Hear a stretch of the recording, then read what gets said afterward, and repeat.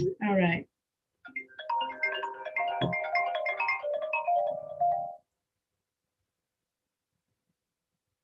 Okay, I'm going to start then.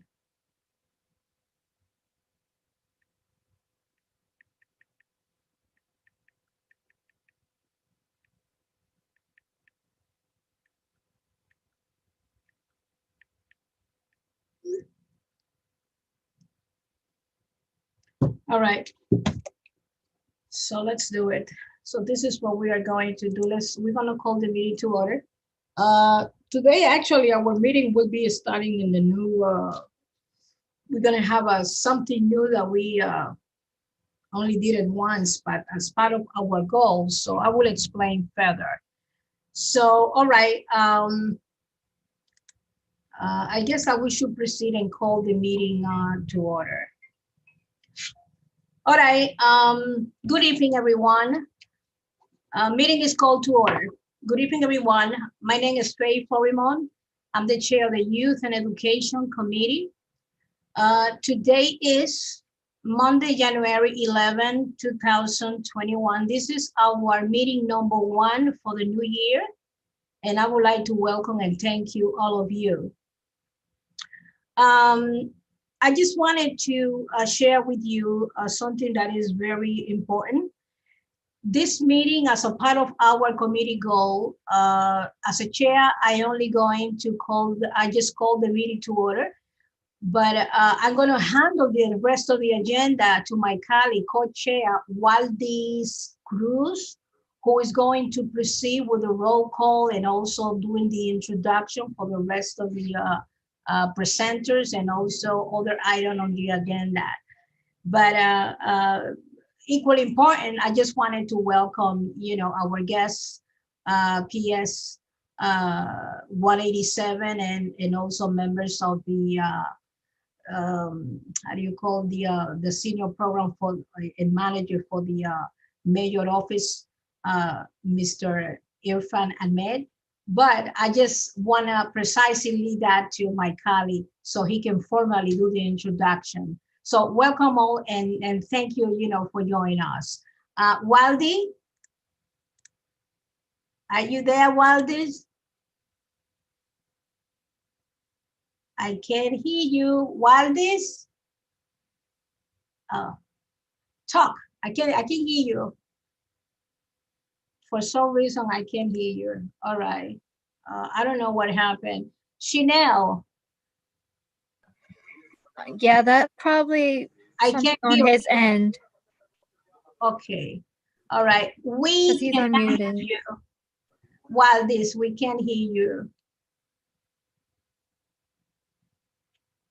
I wondered what would be. You understand what he's saying?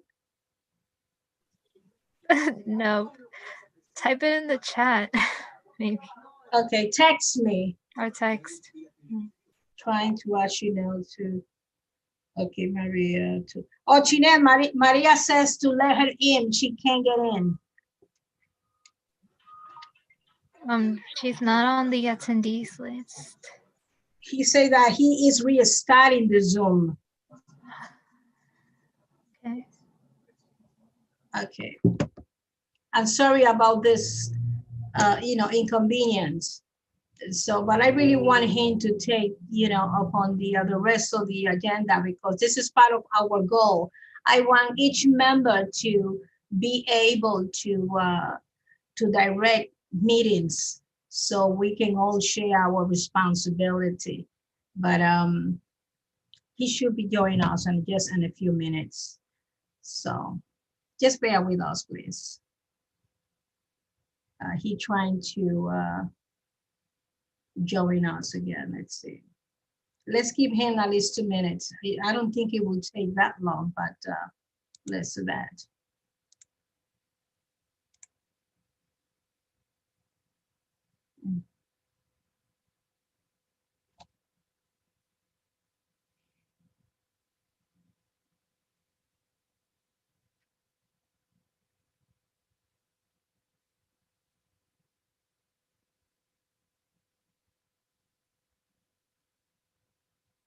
I'm gonna send him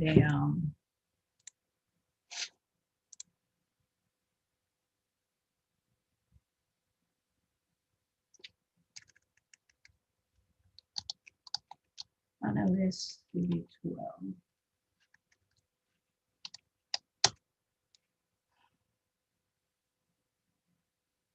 Just bear with us, please.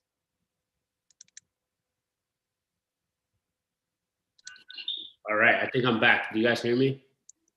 Yes, we can hear you. Thank you. What happened? I figured it out. It was just my Zoom needed to be updated, so sorry about that.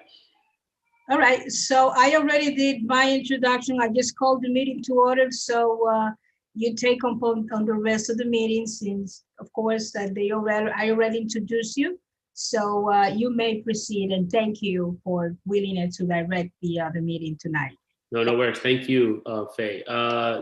Good evening, everybody. My name, once again, as Faye mentioned, my name is Waldis Cruz. I'm Assistant Chair for the Youth and Education Committee. I've been here in the seat for almost a year now, I think, or so, maybe give or take. Don't quote me on the number. It's been a interesting ride to host these meetings virtually.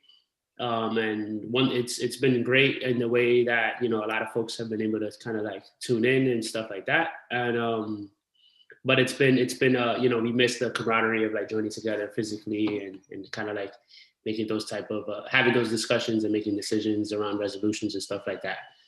But yeah, so without further ado, I would like to ask my fellow board members and committee members to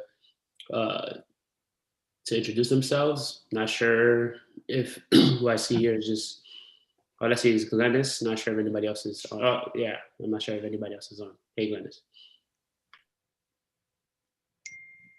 You're mute, Glennis, sorry. Sorry about that. Rookie Zoom mistake. Thank you everyone for joining us tonight at our committee meeting. My name is Glennis Aquino Gill, and thank you for being here. Glennis, allow me to interject briefly. Maybe you want to tell them about your role in the Armory. Since this is about the public school presentation, I would like for them to know who you are and what an extension of what you do besides being our member. Sure. So I work at the Armory Foundation, located at 168 and 4 Washington Avenue. We're one of the largest indoor track and field venues in the country, but we're currently on hold for that. I am the Chief Administrative Officer there at the foundation. So, I like to tell people I administratively manage the organization. I've been there for just about 10 years now. Thank you.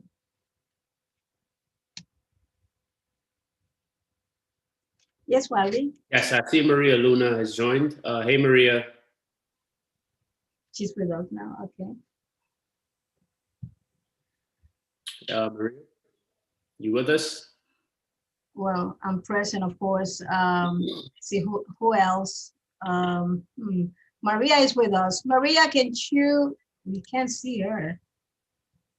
Yeah, I can't see her, I can't hear her, but Maria, whenever you get the chance, welcome. Having some technical difficulties. It's all good, it's all good. Maria gets a pass, right? All right. With reason. So yeah, so today, it's I want to say, with everything that's going on, all the chaos, specific. Oh, Maria's with us. Okay, I see you, Maria. I'm not sure if she hears this, but I can see her now. But just wanted to speak to, hey, Maria. Go ahead. Yeah, so I just wanted to speak to all of the things. I'm not sure if there's members of the youth in our community here, but just wanted to kind of speak to a lot of the kind of chaos that's been going on in the first 2 weeks of 2021. And kind of give the folks that are educators that are here, I guess, encouragement to provide safe spaces for the youth to kind of talk about what's going on, whether it be politically, also racially, and all of the above with COVID, health-wise, right, and providing a safe space for folks to kind of share their feelings, whether it be mental health, emotional health, and so on and so forth. And I think last week was a shock what happened in the Capitol. And I think I hope that us as leaders of the new world and of the future, that we provide safe space for the future leaders of the new world in the future, where they can kind of like speak and discuss about all of these kind of things that do happen in real time. And sometimes we sweep it under the rug to kind of follow a curriculum. So just wanted to kind of speak to that. Not sure if anybody wants to echo any feelings around that. But yeah, I think providing safe spaces for our youth, and I just want to encourage all the leaders of education and youth to always remember to do so. Yeah. You want to go to the agenda now, please? Absolutely. So we're gonna start. Let's see. You have it on your Yeah, it's right over here. So we're gonna have our first guest presenter. If Irfan Ahmed, forgive me for the mispronunciation. I get mispronunciation all the time, so don't worry about it. We are members of the same family there. So, Mr. Ahmed, whenever you get the chance. Oh, so I'm ready to go? All right. Yes, sir. Can I share my screen? Is that okay? Okay, disabled participant screen sharing. Is it possible you can enable it? And then Chanel, allow him to. They should be able to now. Yeah, thank you. And may I ask one more request? I have my colleague also available, Paul Jeffries. He's an attendee. If you could enable him to talk, if that's okay, because I want to pull him in. Of course. Thank you so much. I would like to pull him in to speak a little bit about the programming. Great, there he is. Okay, let me share my screen. There you have it. May I interject 1 second? Yes, please, go ahead. I think it's highly important that we may allow your team to identify themselves, because you have your principal, you have a staff, and I would like people to really know who your teams are. These are very important guests, and I think for the record, this is going to go on YouTube, and people need to know the nature, not only of the presentation, but also the stakeholder on these important projects. And yes, I would like to see them to identify themselves, please. Thank you, Faye. Yes, that was my intention. So I wanted to. No, it's quite all right. It's quite all right. Okay. My colleague forgot. That's it. But it's okay. It's not on you. Yes. Lovely. Okay, so my name is Irfan Ahmed. I'm the Senior Program and Policy Manager at the Mayor's Fund to Advance New York City, where we facilitate public and private partnerships like this one we will discuss today. I am the lead of the New York City Soccer Initiative, and I have been leading it since its inception in 2016. I'm joined by the principal. Go ahead. You can introduce yourself, Emma. Hi, good evening, Community Board 12. We're really honored to be here. My name is Amel Topaz Mejia. I'm the proud principal of PSIS 187, Hudson Cliffs School. And joining me this evening is our PTO president, Jennifer Benyon. Hi, everyone. It's lovely to be here with you. As well as one of our teachers and our founder of the founding coach of our soccer team, Devin Buttolato. Thank you for having me, everybody. Honored to be here. Excited. Fantastic. And then I like to pull in my my friend, my colleague, our partner on this project from the New York City Football Club, Paul. Go ahead, introduce yourself. Hi, good evening, everyone. Forgive the grainy, dark background. I'm in a bit of an awkward space here this evening for this call, but my name is Paul Jeffries. I am the Executive Director for New York City Football Club and the Foundation City in the Community, which is a nonprofit organization that has been established for 10 years, delivering free programs for New York City youth.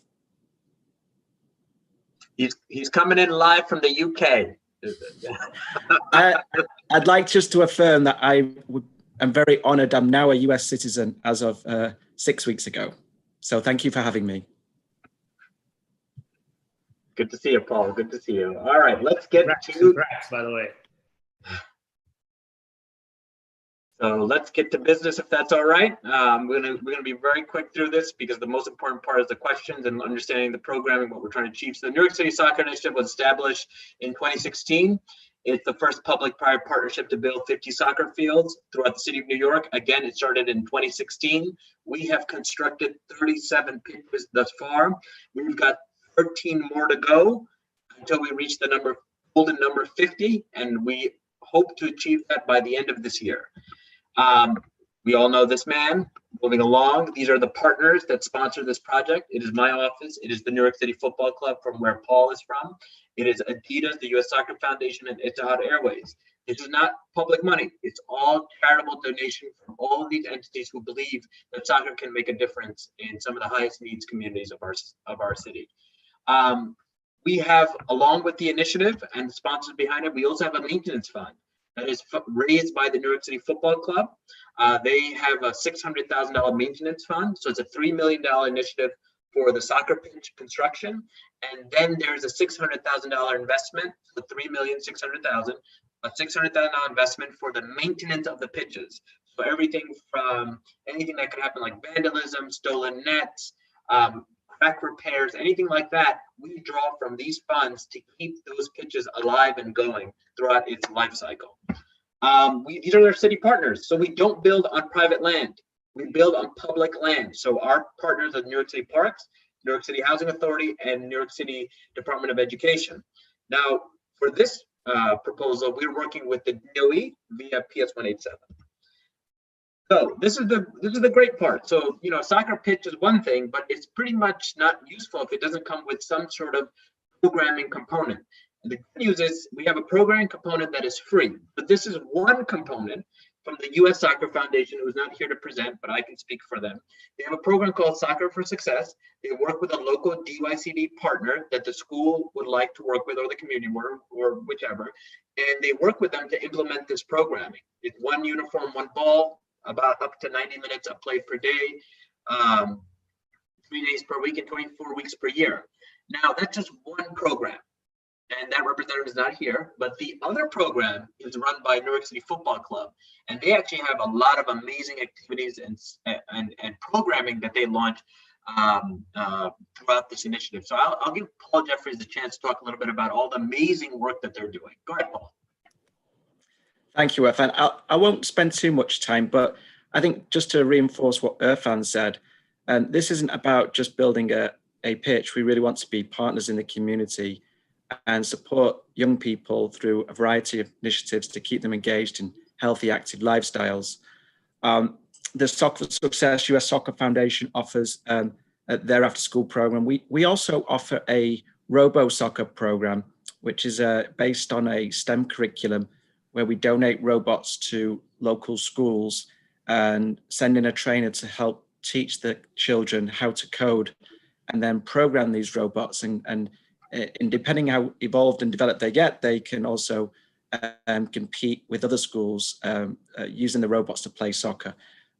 Additionally, there's free summer programs. We also identify high school leaders in the community and train them up to be coaches, and there's pathways into employment opportunities as well. In addition, there's also a number of different events and mentoring opportunities, college career access events we host, as well as mentorship opportunities with our front office staff. And I'd be happy to link up with any local community-based organizations or schools where we can do outreach, but meaning to say that when we put the pitch down, we're looking at this long term and seeing how we can best support the young people with their academic outcomes as well as their health outcomes. And I'd be happy to answer any questions, or perhaps if I could share a link to our a number of videos that illustrate more about some of the programs I've just shared with you. Somebody raised their hand. I don't know if you want to let him answer. I don't. Yeah, I'd be happy to answer any questions you have. You're on mute. Yeah. Hi there. I do have a couple of questions. My child goes to 187, and one of the things that happened due to what's going on with the pandemic is we realized how important the schoolyard was for a lot of us in the community. And obviously this program sounds like a really great one, but I think one of the questions that we all face as New Yorkers is that we're always struggling for space. And the 187 schoolyard has turned into a place where kids learn how to ride their bikes, skateboards, et cetera, et cetera. And I guess one of the big questions, and I've never played soccer before, so I don't even know what component is part of making a soccer pitch. I don't know if that means putting AstroTurf down, et cetera, like how much real estate would be used for that soccer pitch. I just feel like it's important for us to be heard, at least to understand that that schoolyard has turned into very valuable space for all of us. And certainly the program sounds amazing, but at the same time, it would be good to know how 187 would be used. Would it be the entire schoolyard or a portion? So, yes, so, great question. So I was just about to get to that section. So just hang tight. We'll talk about it all. So don't worry about it. We're going to get right to it. So I'm just going to proceed with the presentation, and then we can wait for questions at the end. But I'm going to answer that question. That's a very good question. And it's part of the presentation. So you heard the programming piece of it, right? Because that's the major part. It's you got the initiative, which is a donation and gift to your community, but along with it is the free after school programming. So I'm very happy to tell you that this is not the first time the community board has endorsed this either. You guys helped us on J. Hood Wright Park about 2 years ago now. Wow. And we went to the Parks Committee and they fully endorsed it, and it's been a big hit there. And Paul and his team actually helped open that pitch on that in October, I think it was. And it was captured by the Northern Manhattan News outlet. So it was a really great project. But I'll get to your questions in a minute. These are some of the impact that the one program offers. Paul has his impact numbers that he can share as well. But now this is what we're talking about, right? Where is this pitch going to go? What's going on in the playground? So we're not taking anything away, just to be clear. We went to the school, we visited the area, we checked out the space with the principal and the custodial staff, and we had a chance to observe the area. Now, we have found, before I go into detail about, well, actually, let me just go into it. So when we went in there, we understand that this whole space is a pretty large yard. If you look closely at the aerial photo where you got the red lines right here, can you see it? You see that right there? That area is actually pretty vacant. So we thought this would be the most ideal space to stick a pitch. Now, of course, we're looking at the tennis courts. Obviously, that's the most obvious place to stick it because it's a mini pitch. It's 120 feet by 60 feet. It's a very small pitch. It's designed for elementary to middle school age kids, but if adults want to play on it, they can play on it. So when we looked at the tennis courts, the first tennis court just wouldn't work because the conditions are really, really bad. The other two tennis courts would be prohibited because there's a truck that comes in to pick up the trash near the other end of the playground right here. So this is where the trash is that they come to pick it up. So we don't want to stick a pitch, obviously, in that area where they could sort of have difficulty acquiring, picking up the trash and all that. So we said, let's choose a corner, and corners are the best because we do have a lot of fencing that we put up around it, and we'll show you the before and after photo. But here it is. So you see where the red lines are is where we would put back fencing, and along the length of the pitch, we would put fencing along the length. It would be around 120 by 60 feet. And this is the best area in the yard that I think would work, which can control ball splash, which is also safe for the community as well when it comes to control of balls and play. So we found this area, it works. The cracks are definitely things we can fix. Our fields are composed of acrylic. It's not turf, it's not grass, it's acrylic. It's actually the best way to introduce soccer into an urban space, as we've discovered. So I'm going to pass it over to the school to talk about the needs and why they think this amenity could be important and how they would integrate it into their existing programming to make an impact in the lives of their kids. Go ahead. Thank you, Irfan. And thank you, Paul. We appreciate having both of you with us this evening. So we as a school community are really excited about this opportunity to provide the young people of our community, both at 187 as well as the local community, the geographic community in the Washington Heights neighborhood, with an opportunity to have a soccer pitch available for them. From the school perspective, last year, prior to my arrival at PSIS 187, we did begin a soccer program with our middle school students, which I'm going to introduce Ms. Bettolato shortly to speak on behalf to speak in reference to. And the soccer program was really beneficial and impacted positively our middle school students. As we continue to grow our school, we do want to continue focusing on the health and wellness of our young people in addition to their academic needs and academic potential. And we envision, I apologize for that. We do envision the soccer pitch, as well as in collaboration with our partners in this journey, to really create a program that would support our students from the moment they enter our school community in early childhood until they graduate in the 8th grade. So we're really looking forward to building a long-term program for our students when it comes to soccer, as well as to really tap into the programming opportunities that are available with the U.S. Soccer Foundation and the New York City Football Club.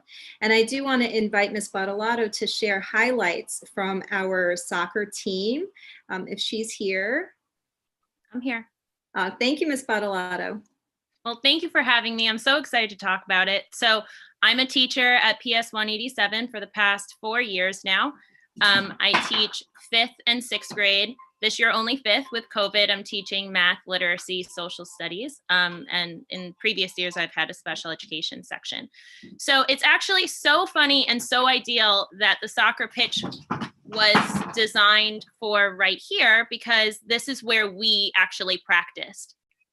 So it's perfect. And I thought it was ideal placement also. So I'm so glad that you guys thought it was a good place too. So I'm just going to talk a little bit about where the soccer program came from and how we came up with this idea and how we got to the team. So when I came to 187, we had an after school program that hadn't been, done in a few years. So I restarted it with another teacher, and we had after school in the spring, and the following year we did it in the fall. So that was spring 2018 and fall 2018. And then in 2019, I had convinced another teacher to start this journey with me, and we were able to join the middle school athletic league, which was amazing. Unfortunately, we were only able to have boys. We didn't have enough girls turn out for the team, but that did change once soccer became really popular at the school. So we joined the league. We had 6th through 8th grade boys, which was as per the league. And it was an amazing experience. We practiced about once or twice a week, and we had games throughout the weeks in the Bronx. And it was wonderful. Our boys really learned to work together and play together and bridge the gap of any social problems between grades, which was amazing. They all, some had experience and some didn't. And by the end, they were all really well-functioning team who communicated, and it was a beautiful thing. So our PTO fully supported us in this, our parent-teacher organization. They donated our uniforms, and they were really supportive. And we left our season with 2 wins and 1 loss. We ended up going into the playoffs. And then at the very end of the season, we went to the Champs tournament in Queens in December. And it was I had an award ceremony for our boys at the end of the year. And I described this very funny scene of how our kids traveled through the subway a very, very early Saturday, December morning. It was freezing. And our parents were all, going through the subways with us. Thank God for them, because otherwise we wouldn't have gotten there. And it was amazing. We actually won the tournament. It was across the whole school, all of the city. And we played 4 teams, 4 schools that day, and we won. And it was amazing. It was quite an achievement, considering our boys really didn't start with a lot of experience, and they became such a team who worked together and joked around and played on the subways, but were so appropriate and defended each other. And it was just beautiful to see. I'm just trying to get those highlights there. So then we did a fundraiser, because we didn't have too much funding really at all. And I used a lot of my old equipment from when I was playing soccer. And, we raised some money, and we were able to get the boys, with that fundraising, any equipment that they needed, socks, shoes, practice equipment. And we also got them personalized sweatshirts, because I thought it was really important that they be proud of what they did and what they achieved. And they got trophies, and it was amazing. And their school really came and supported us. And we were actually supposed to go to one of the NYCFC events for schools in March, but it got canceled because of COVID. The boys were so excited. They were hoping to meet the team. I was talking with someone in marketing, and I was trying to get them, on the field, and they had all of these amazing programs, but unfortunately with COVID, it got canceled. But we'll make it happen. We'll make it happen. We'll make it happen when we restart. Don't worry. Yes. And our parents and our soccer players are still approaching me constantly to do some sort of soccer program.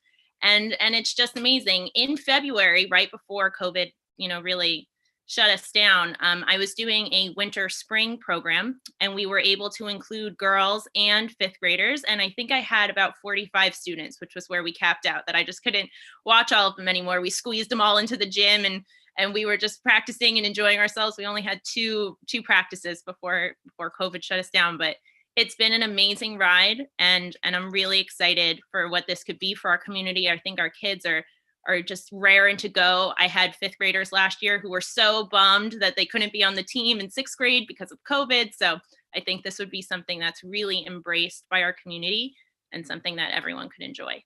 So thank you for having me here to speak about it. I have a picture, if I can share my screen. I don't know, from when we won the tournament. I don't know if that's possible. Could I share my screen?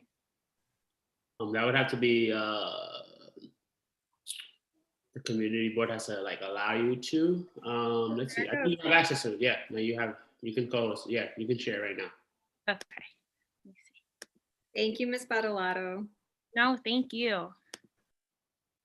All right, can we see this? So this, we were only allowed to bring 12, I think this is 12 if my memory serves, but we had a smattering of 6th through 8th graders here. These were our 4 8th graders. I can see the picture.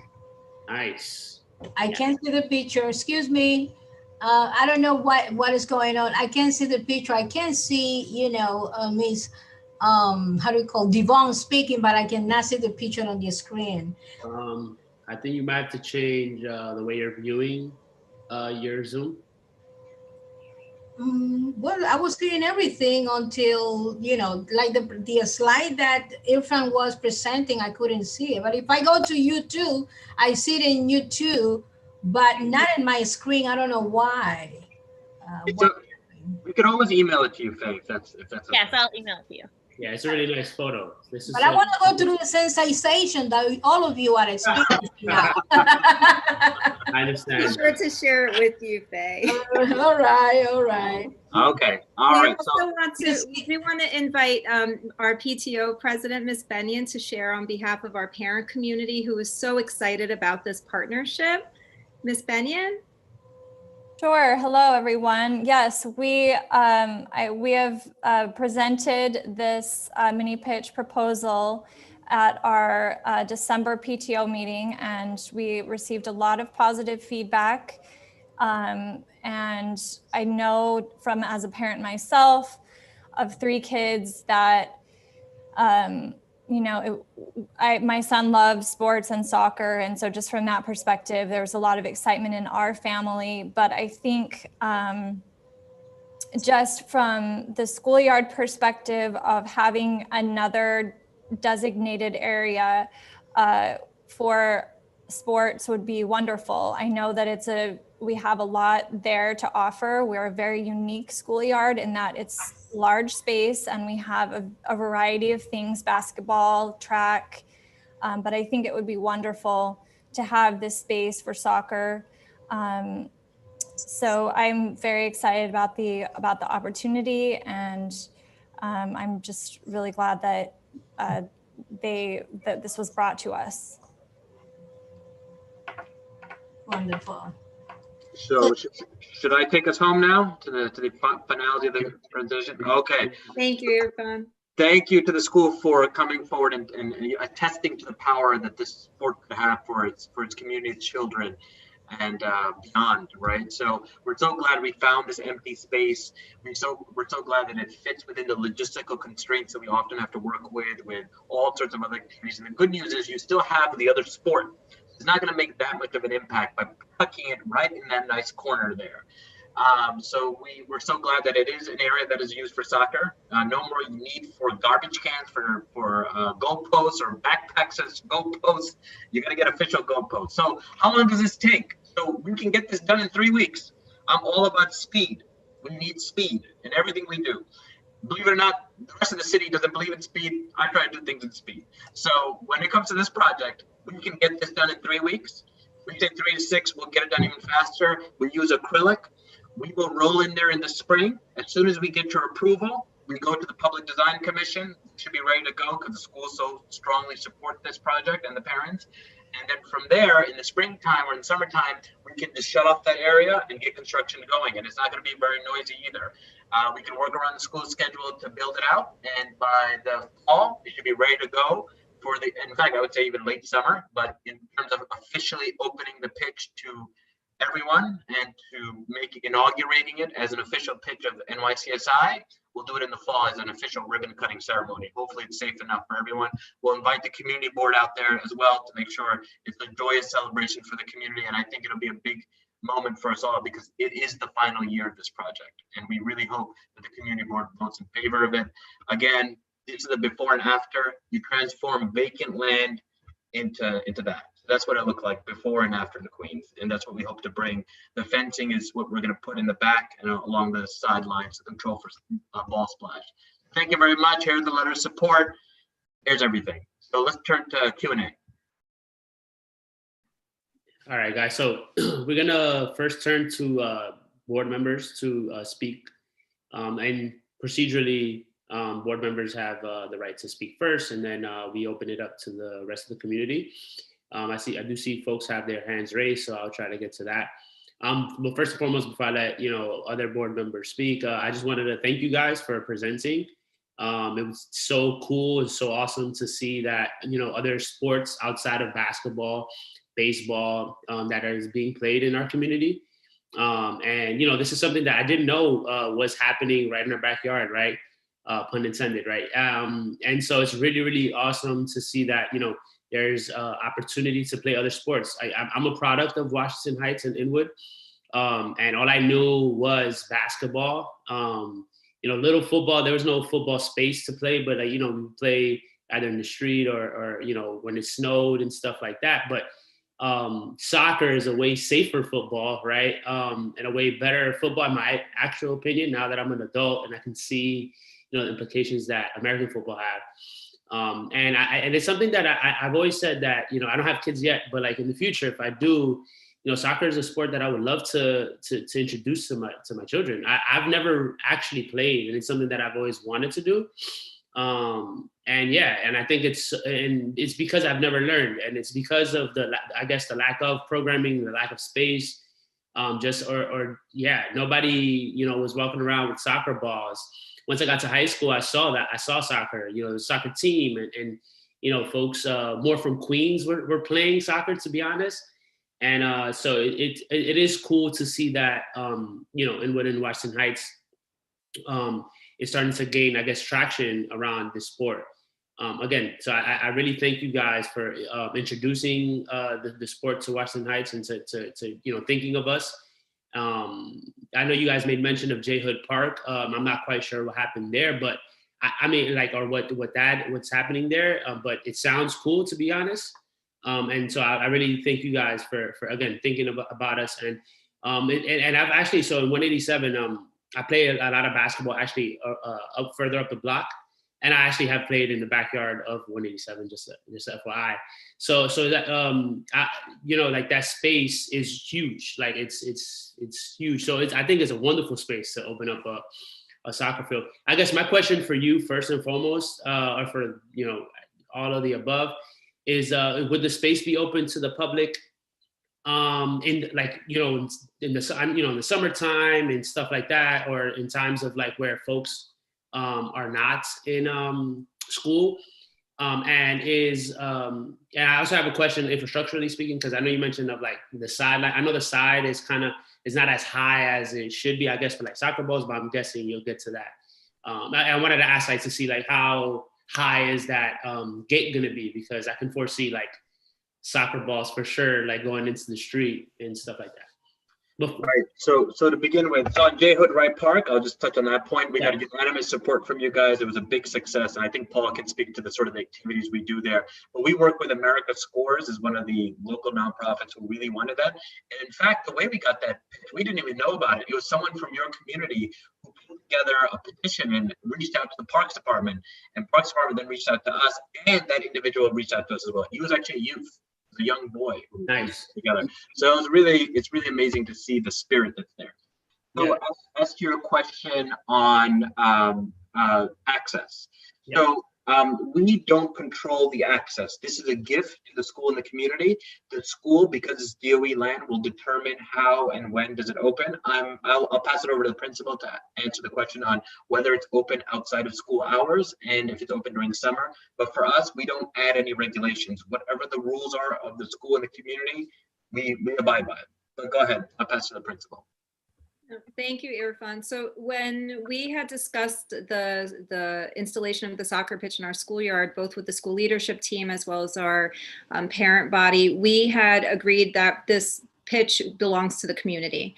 And so as we know, the schoolyard does have, it is a community. It's available to the community after school hours, as well as on the weekends. So whenever the schoolyard is available to the community, the soccer pitch will also be made available to the community, as long as there are no school-based soccer programming taking place at that time.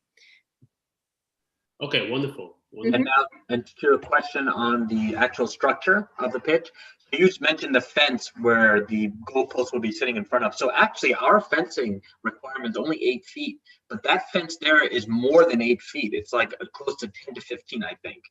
So because of the size of that fence, I think you can control a lot of ball splash on that in that direction. Okay.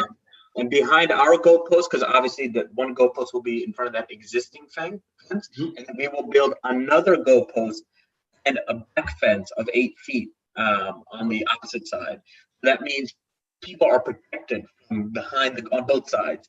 Then we'll add a 4-foot fence alongside the length of the pitch, and that's also sufficient, we've seen. There is a lot of space between that area and the tennis court and the running track, so I wouldn't be too worried about ball splash going left or right. So I think it's a perfect place for a mini pitch to go there.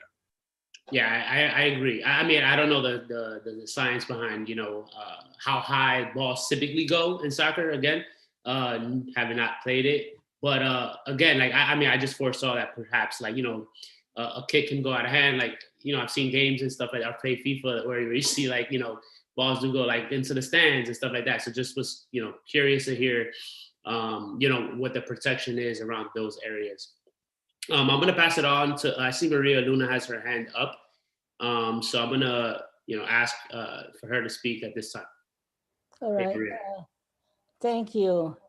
I have few concerns about the, first of all, the area. I saw, maybe I'm wrong, that soccer was played on grass and it's played on soil.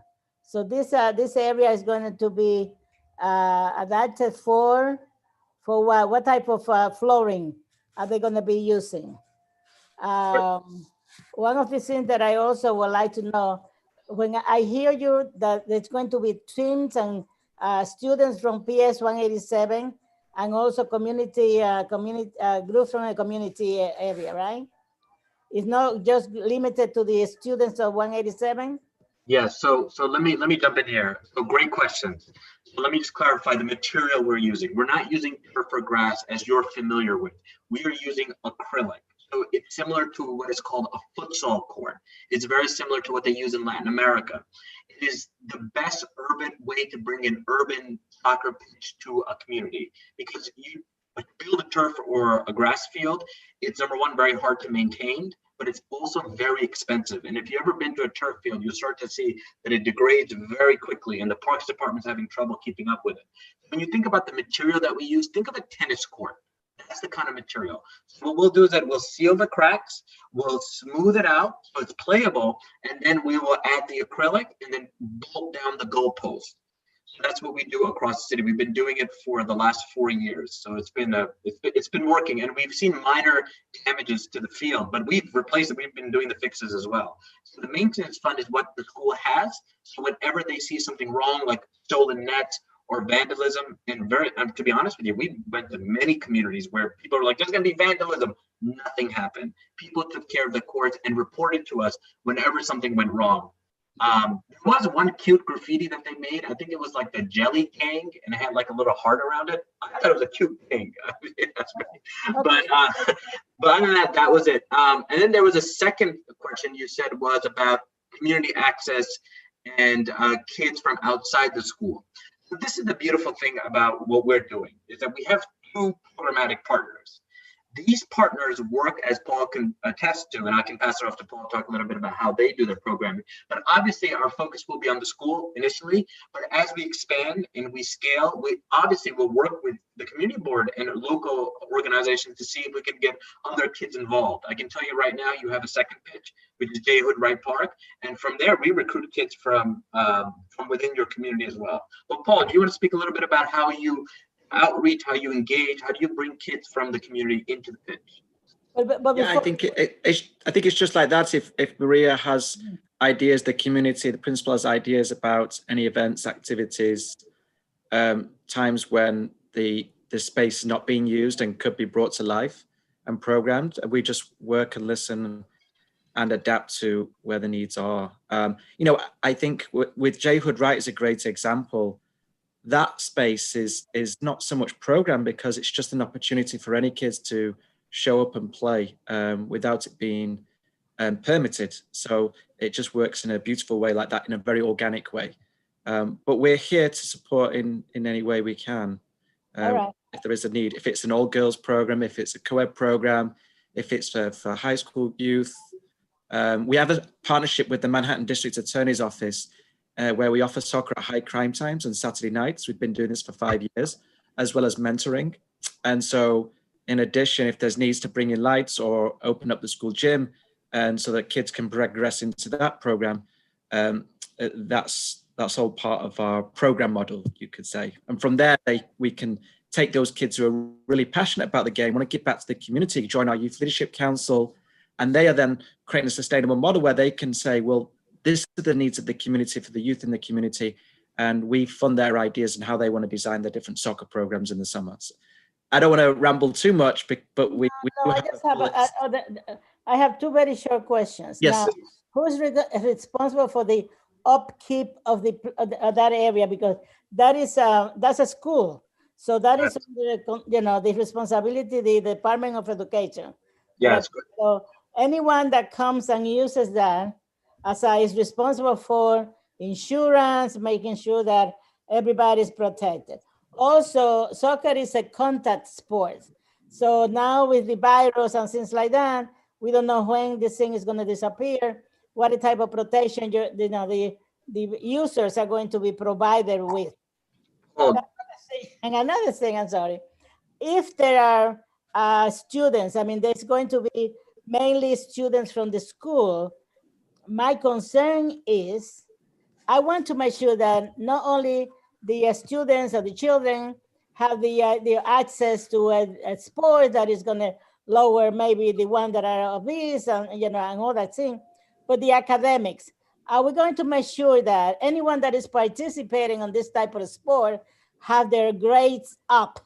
Know that they are using the sports to pass their time and making excuses not to have an academic, we know that PS 187 is, if not the top school in our community.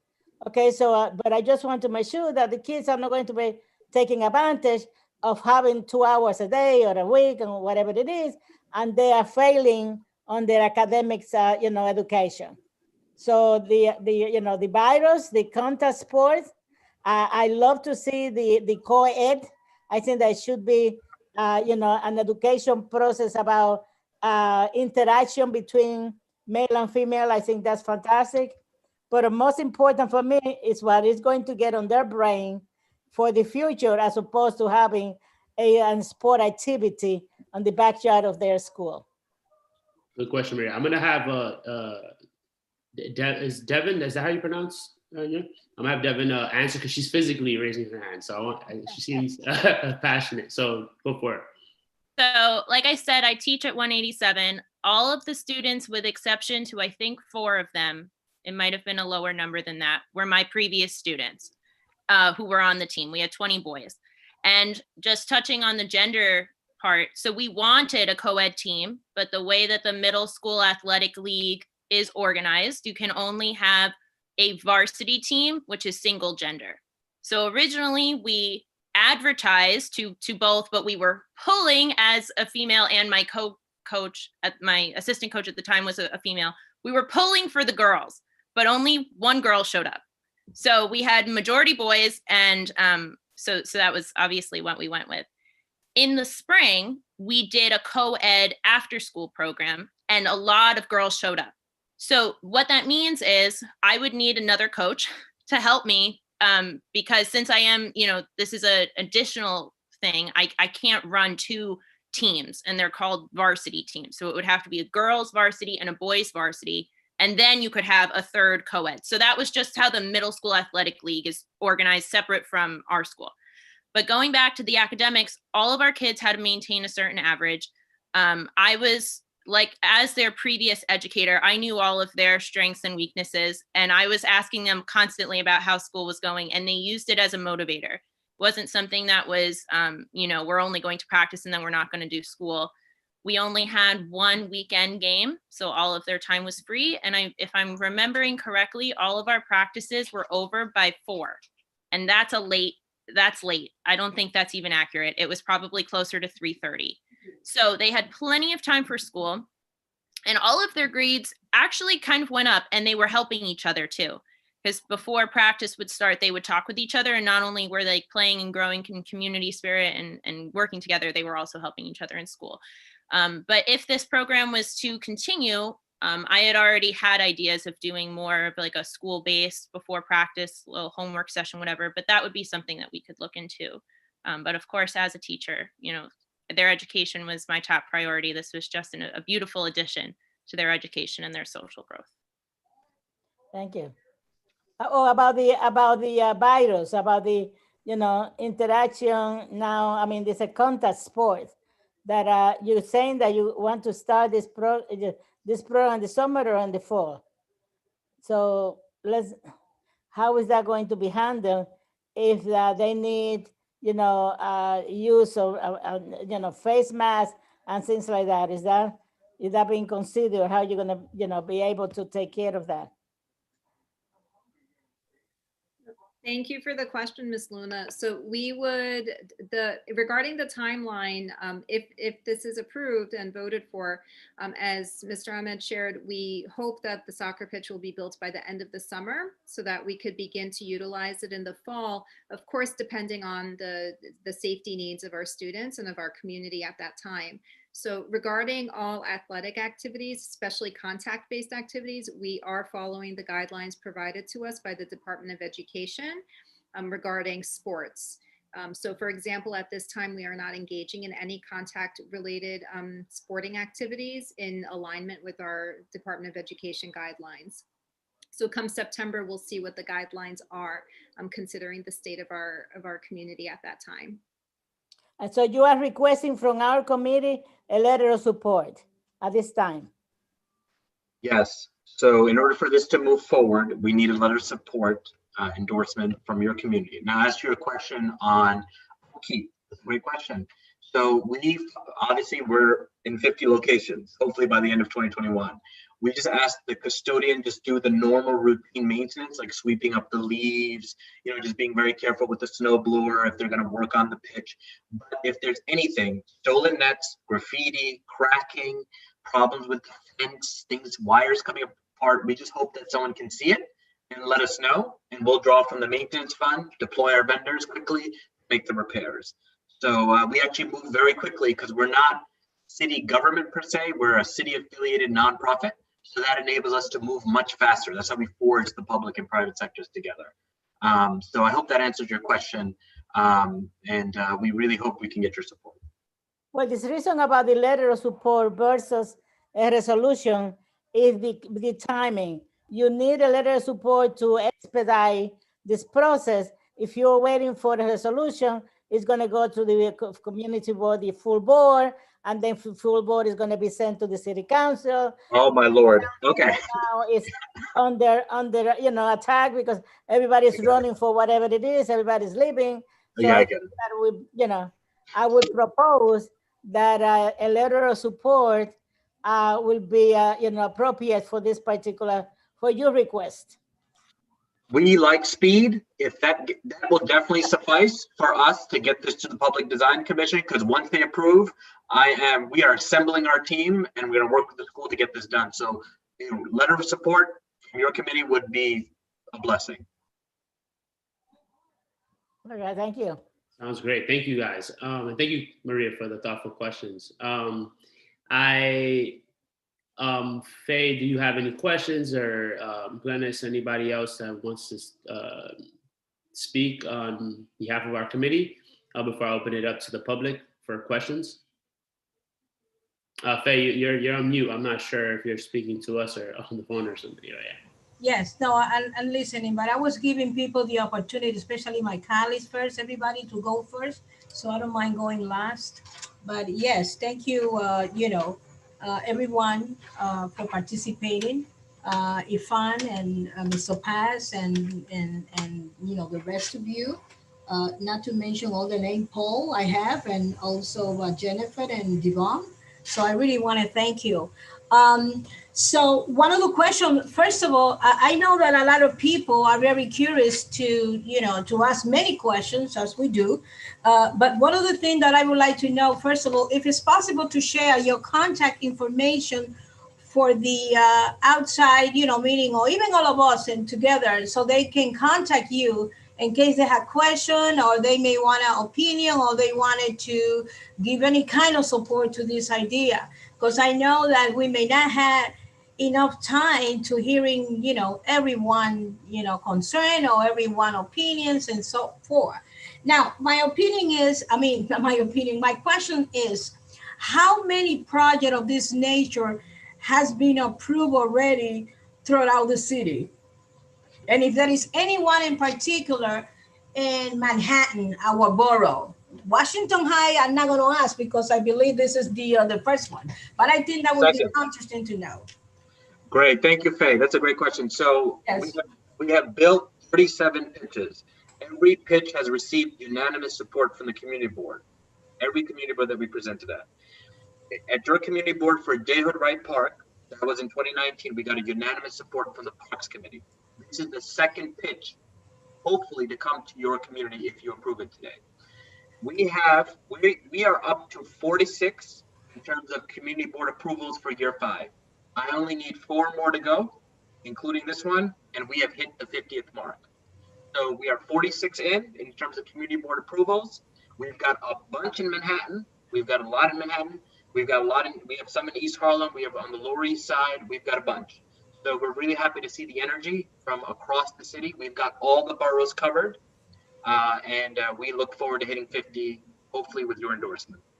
So let me see if I understand you correctly. I understand more about the support that you were expecting than the number of, this is what I did not captivate. How many sites you already have your office is projecting to create in Manhattan? How many?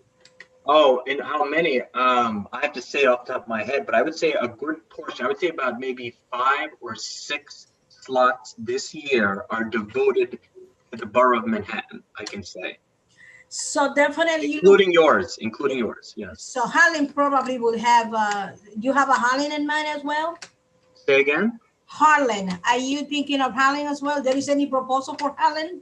Well, good news is we have 2 proposals. We had one approved last week for Peter Minuet. That's in East Harlem. It's a wonderful site. We have another site, Colonel Young Playground, which we haven't received approval yet because we're going to present on Wednesday. So Wednesday we have a meeting. Hopefully they approve it. It'd be nice, but we'll see. I think that would be 2 Harlem sites this year. Now, let's suppose that this is going to be approved. Definitely, I hope for you. And for the kids, more important than anything else. Yes. So what would be the schedule that the school will have this available? And I think Maria also posted the question of if this is going to be available to the entire community. I understand that, yes, that's what I understood, if I'm not mistaken. So, but it's important about what would be the kind of rules that you may have in mind in terms of coming outside it, like all the school, all the students from all the school, what would be exactly the schedule that they would be allowed to play? For example, Saturday, if any kids wanted to join, to play in the field and so forth.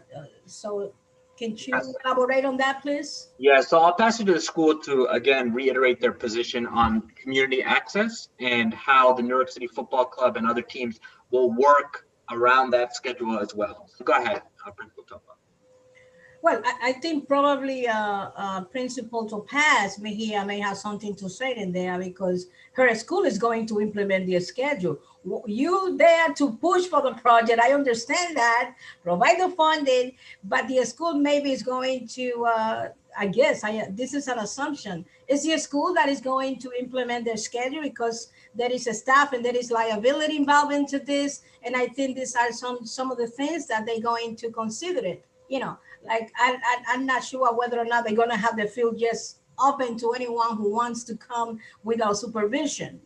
So, be fair, I mean, I'll let the principal respond and I'll jump in, but go ahead, Principal Topa. Okay. But thank No, you. Thank you, Faye. Thank you for the question. So as we had shared earlier, we do believe in the importance of contributing to the entire community. So not just our local school community, but our Washington Heights community, and especially where 187 is located and the use of our schoolyard. We understand what a pivotal role our schoolyard plays in the neighborhood, and we want to make sure that our students of the community do continue to access the schoolyard, and that would include the soccer pitch as well. So we do envision using the soccer pitch for our school-based soccer programming. So we will have regularly scheduled activities taking place at the soccer pitch, but then outside of those regularly scheduled activities, the schoolyard is open to the public until dusk. So we would also make the soccer pitch available when we are not using it for school-based activities. And that does include the weekends as well, weather permitting. We, in partnership with the New York City Soccer Club, as well as with the, New York City Football Club and U.S. Soccer Foundation, and with the Mayor's Fund, we do hope to build out our programming efforts for soccer, and we would want to include the community members, because I know Irfan shared that this is the second soccer pitch to be built in the Washington Heights community, but if accepted by the community board this evening, it will be the first built in a school in Washington Heights. And we are really excited about the possibility that this would bring, the potential opportunities it would bring for the young people of our community, not just in 187, but the larger Washington Heights community as well. And then I'm going to throw it back to Irfan, who I know wanted to add on to as well. Yeah, so just to wrap it up very quickly, this is a gift to the school and the community. We don't dictate the rules. We understand sometimes schools may have to close it off. We've heard in East Harlem, for example, they found syringes and they found drug use, so they had to cut it down temporarily. But again, we don't come in the middle and demand that it opens. We obviously defer to your community members and your schools. But judging by just the nature of the school and just the openness and the amount of kids they serve, I have a good feeling this is worthy of a place to bring this investment, and it will flourish. Again, if there are kids in your community that are outside of the school, the good news is you have two programming partners that are invested in it. So think of it this way: the pitch is built, and with it, you get the partners. You get Adidas, you get New York City Football Club. You now have their attention in your backyard. So that means you can say to them, "Hey, we want to run, I don't know, a competition between this school and an East Harlem school. Let's make it happen." They're there. That's the point. You have them in your backyard, literally. And that's my job, is to position them in places where they're of high need and underserved. And so, we're very happy to say we're going to build a pitch at Wall Playground, which 50% of those children are living in shelters. And that's an amazing victory for us. And we were so happy to get their support. And so there's one of your mega insights coming to fruition this spring. So go ahead, I'll pass it back to Faye. Thank you. Well, I have one more question, and I guess maybe two. So, but this is important as well. So I'm wondering, and I hope, and I think yes. So I guess how involved is the superintendent on this project, the district superintendent? And go ahead. No, thank you for that question. That's actually a wonderful question. So Superintendent Ramirez is in full support of this initiative and this proposal. He has already joined us in meeting with Mr. Ahmed and Mr. Jeffries to discuss the scope of the project, and he's looking forward to making this happen for the first school in Washington Heights. So he is in full support. Well, yes, I'm not surprised, but I have to ask that kind of question. And the very last one is, which is might be a little bit tricky or hard, I don't know, but yes, I wanted to know how exactly the unfolding of the decision and picking on deciding precisely PS 187 came about among so many schools in the district. What exactly led to that, or who pinpointed the idea of let's have this project implemented in PS 187? Why so? Let me lead this question. So let me explain something. We don't decide, we propose. There's a big difference there. We are proposing based on our assessment of the land. So what we do is that we ask DOE and SCA and the Parks Department, tell us places that are not going to receive capital investment or support for the yard, which are areas that are free from utility challenges, because we are digging holes. And we don't want to hit a septic tank, which almost happened, by the way. So, and I assure you, we're not going to allow that to happen. We've learned as we go. We've checked the blueprints. The school is cleared. That's the good news. So that's what we do. We let the public. I think there's a Diego Quintuna here. I think that might be the same Diego who proposed J. Hood Wright Park. Again, someone from your community came forward and told us about a site. Went to the Parks Department. Parks Department said, sure, we can only propose it. We can't impose it. So we proposed it, and your community board said, hell yeah, let's do it. This sounds like a great idea. And it came to fruition. So again, we check to see. The challenge, though, in DOE yards in particular, this is very important. Schools are expanding, and so they need space. And sometimes they go into yards. So what you look at a vacant playground, you'd be like, Irfan, why aren't you building a field there? I'd be like, actually, what I know of that yard is that they're going to expand the school. It's pointless to build a pitch there. We would obstruct them. So we have to look at the projections. And so when we look at this site, not only was the site viable, we have wonderful school staff. And what a blessing to know that there's already after-school programming in that very corner. What are the chances? There's some divine blessing going on here. So we're very happy to have brought it to your attention. Again, it's a proposal. If you don't want it, we understand. We're not going to force this through. But again, we only move forward with your support. No, definitely. I personally feel, very happy about this idea. I think it's just wonderful. But and I know that in the mind of many of my colleagues and the entire community, they may feel it's a fair question because things happen, but we want to know among so many schools what exactly that. I think I wanted to suggest, maybe this is proper or may not be, but if this project is approved, hopefully yes. So I hope that the same way you came to present to us, you send community board an invitation when you go into inaugurate, because other than that, I'm going to come personally and to your office. No, but we want to be part of that, great event when the, the celebration, came over. If it's going to be the case, which I think it will definitely be. It will. We invited you for J. Hood Wright Park, just for the record. I did send that invitation to you guys. So I invite always the community board. I'm going to be watching. I'm going to push for the letter. Thank you very much. No, thank you. So Wally, I think we're ready to go to the public. I saw many questions in there, but so just go ahead. And by the way, Mr. Paz, remember and Irfan, so people wanted to know about, whether we should share your contact information. So if it's okay with you that I share your contact information? Absolutely. You could share my contact information. Yeah, mine too. Fan, if you could share it with the chat. Will do. Mine as well. You can share mine and I'll send over Paul's. All right. I have a small point of information, if you don't mind, before going to questions from the public. Sure, Mary. Yes. Okay. I just want to make sure that all of you that are doing this presentation, you are doing a presentation to a committee of a community board 12, meaning that our responsibility is have to deal with our community first. The impact of any project, any idea that comes in front of us, if we are going to make a determination, yes or no. And I haven't heard any negatives about the project. Now, I want to make sure that if we go ahead with a letter of support, you have to make sure, you assure us that there's not going to be negative impacting out, in the surrounding areas of the school where this activity is going to take place, noise, parking, anything like that, that people will come to us and say, you approve this, but it's hurting our community in such way that is not really acceptable by the residents of the immediate community.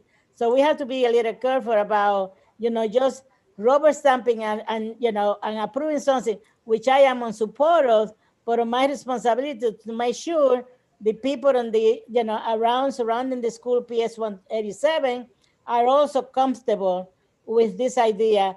And now maybe the people who are the members of the public that are going to raise questions or concerns, will bring this up. Because as I said, our responsibility right now is the community at large, not just only PS 187 and the soccer teams. Thank you. I think that's clear. Waldy? Yes. Hey, so let me just I'm gonna turn it. Let me ask you The public questions. Yes, I'm gonna let me have the attendees that are here. I see Evan. I'm gonna click allow to talk. So Evan, if you Yes. Hi, my name is Evan.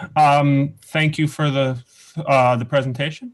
I am a public school parent of a different Washington Heights public school. I've lived across the street from the PS 187 schoolyard for 13 years now. My kids are 11 and 8, and the schoolyard is an amazing community resource. It is literally my kids' front yard. They are nearly every day. I don't know what we would do without it, so thank you to PS 187 for opening it up to the public. It's tremendous.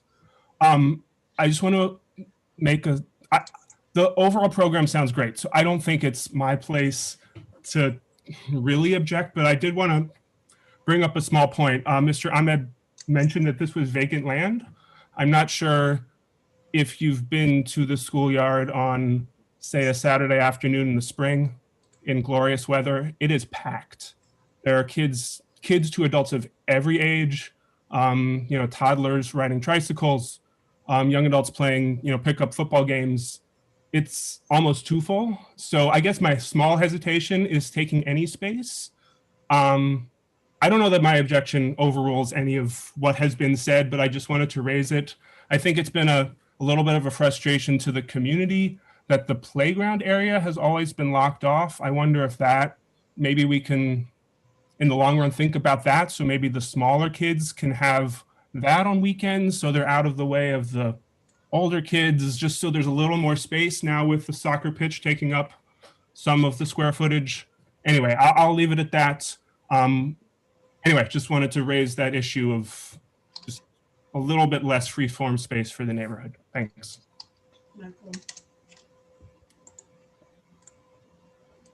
thank you, Evan.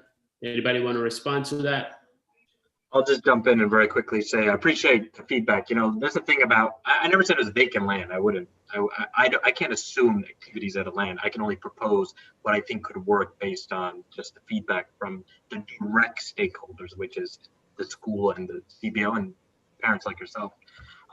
So in terms of the space, I can't dictate what's going to happen there. But what I can say is that when you have a controlled space that is dedicated for sport, you can now control sort of the activities that take place there. So a dedicated space for soccer, instead of dragging trash cans or backpacks and having balls fly in so many different directions that could impact other people, I think is a benefit of bringing this pitch.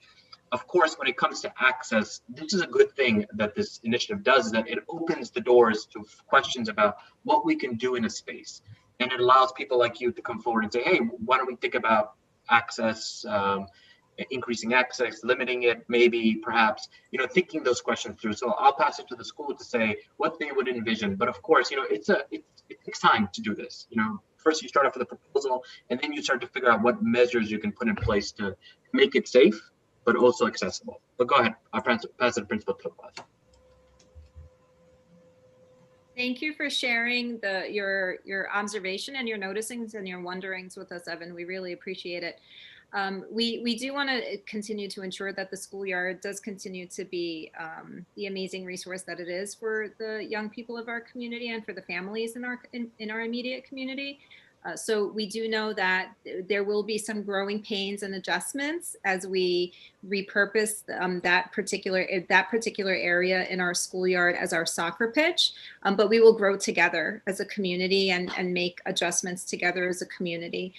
So we will continue to learn and grow from experiences. And regarding the sentiment that you shared for the playground, since I know you're not a parent at 187, but I am new to our school community at 187 as principal. So I did just join our school community in March of 2020 as principal. So we will explore together as a community how to really utilize all of the spaces in our schoolyard to benefit the children of 187, but also the children of our larger community. So thank you for raising that concern in this forum.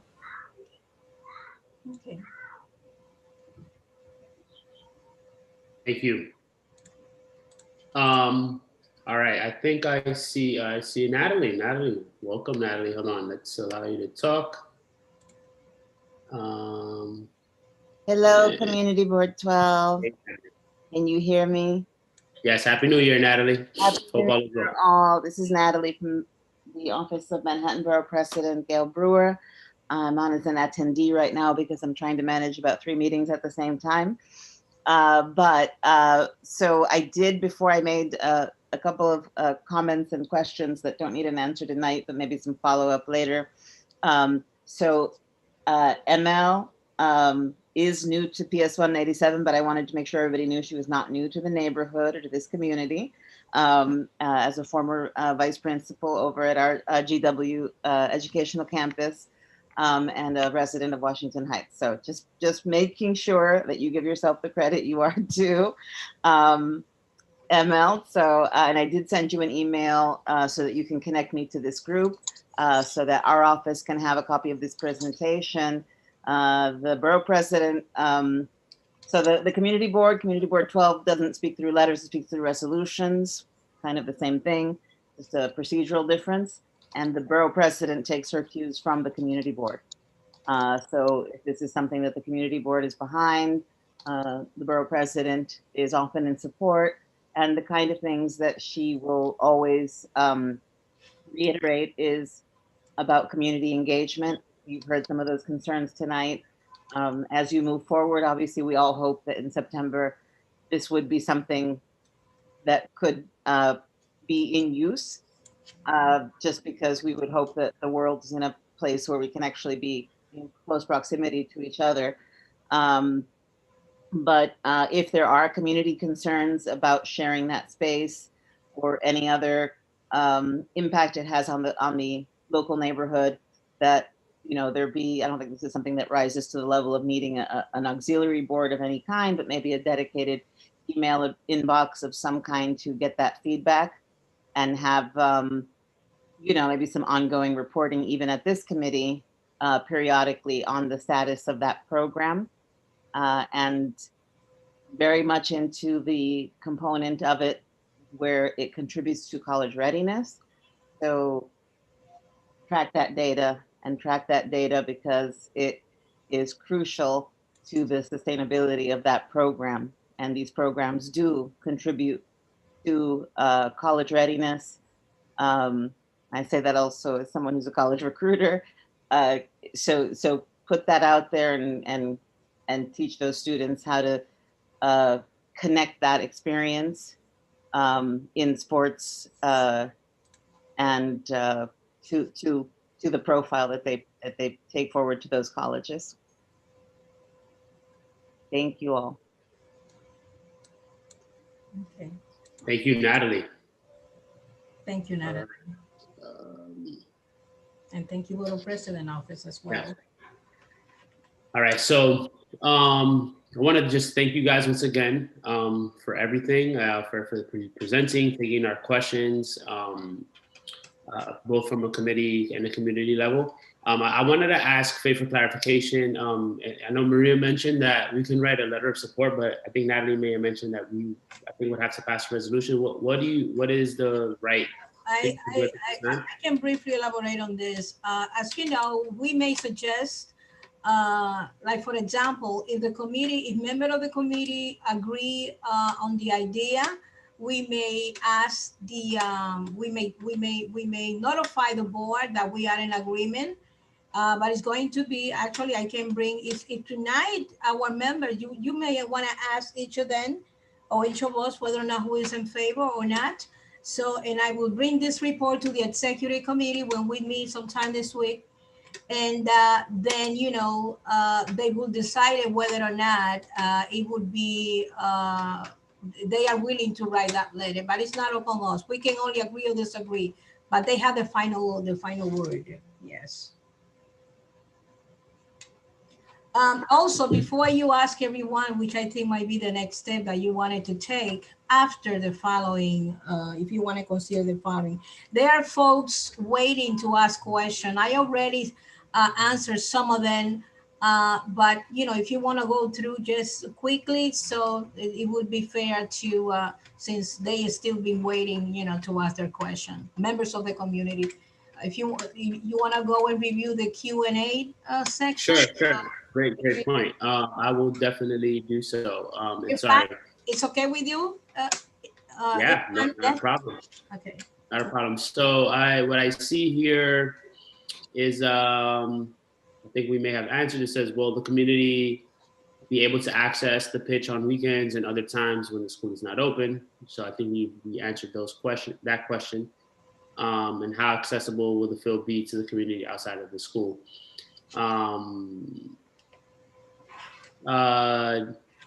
Okay, let's see. Soccer is the world's most popular sport, but not here in America. It's time to make this sport accessible in our neighborhood and grow the current talent pool from right in our hood. I love it.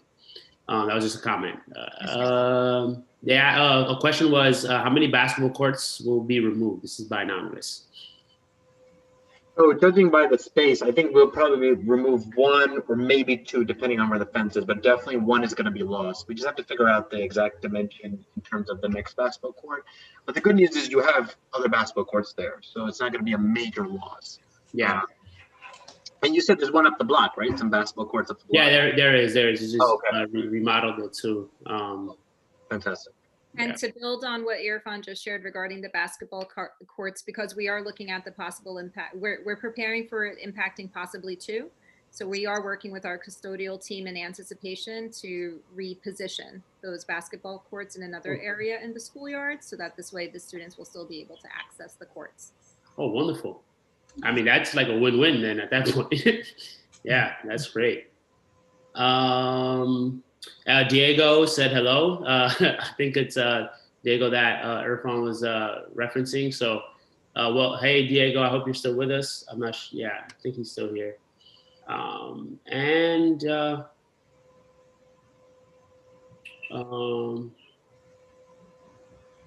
Dr. Gary mentioned, can we play soccer at the Armory? Well, that's a comment, I think, more than anything. And as far as Maria, Luna, and Glenn is about it. Yeah.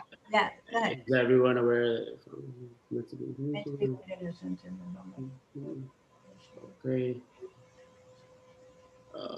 No, that's not. We can go into this now. Yeah, and then Evan, I think capped it with us. He said he just said thanks to meet. My kids are older now, but it would be nice for the younger kids and maybe overall space for management purposes with the new soccer pitch. If the playground was open to the public, I'm happy to discuss further if you're interested. So I guess he's just putting his information out there. Yeah. So I think that's it for now. No real other questions. So again, thank you guys for everything and for, again, being patient, answering your questions, working till late, it's 8:30 p.m. or so at this time. So thank you guys. I want to ask the committee, I'm in full support of this. I want to ask the full committee, if they are, and again, how do we proceed? If we have to move to a resolution, I'm open to doing so. And if we move in for a letter of support, I'm again open to do so as well. So I'm in full support. Where do you guys stand, committee? But I don't think that we are going to need a resolution for this because Okay. the letter also, we just wanted to agree whether or not, we're going to recommend this, the board to provide with a letter of support, which is what they are simply are looking for. A letter of support from the community board, it would be, I guess, enough. Okay, sounds wonderful. So as Maria, as Glennie, I personally am in favor of this, definitely.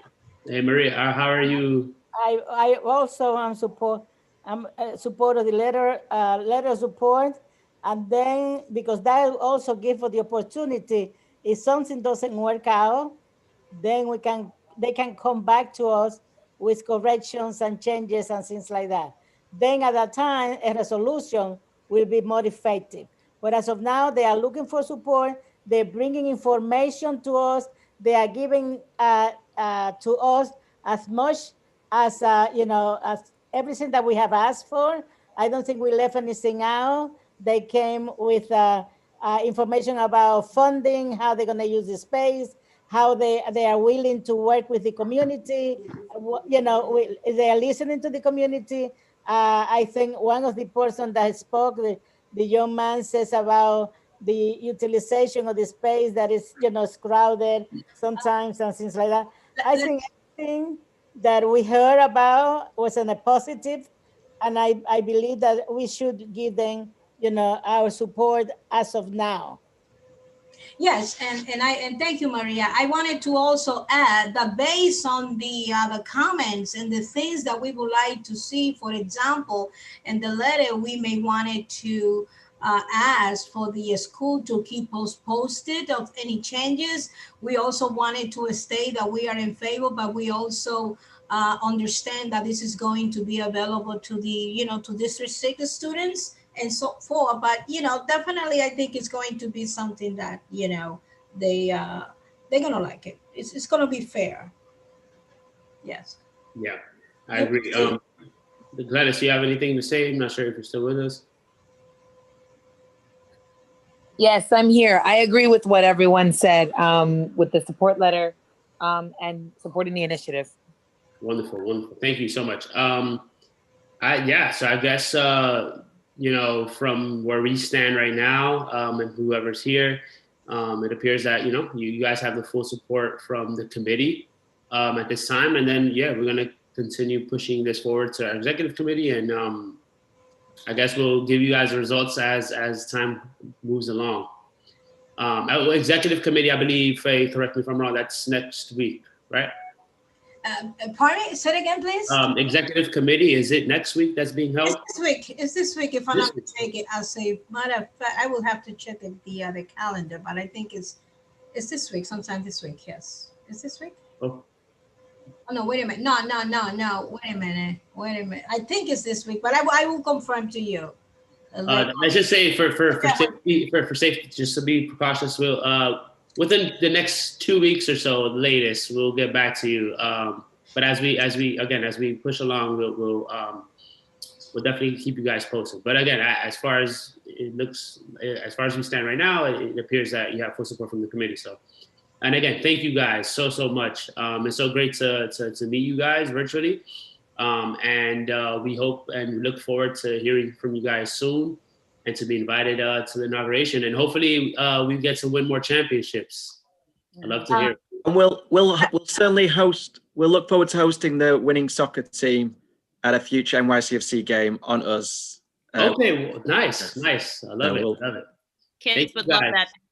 So disappointed because of COVID. They would absolutely adore that. We had our tickets and everything. They were bought. It was horrible. Anyway, they're looking forward to it. Soon enough, guys. Soon enough. We have hope. By the way, while the executive committee is going to be on the 19th next week. Next week, the following Tuesday. Okay, wonderful. We should have a letter ready if they're assuming that they have no issue. We should have it by the 19th, 20th, around then.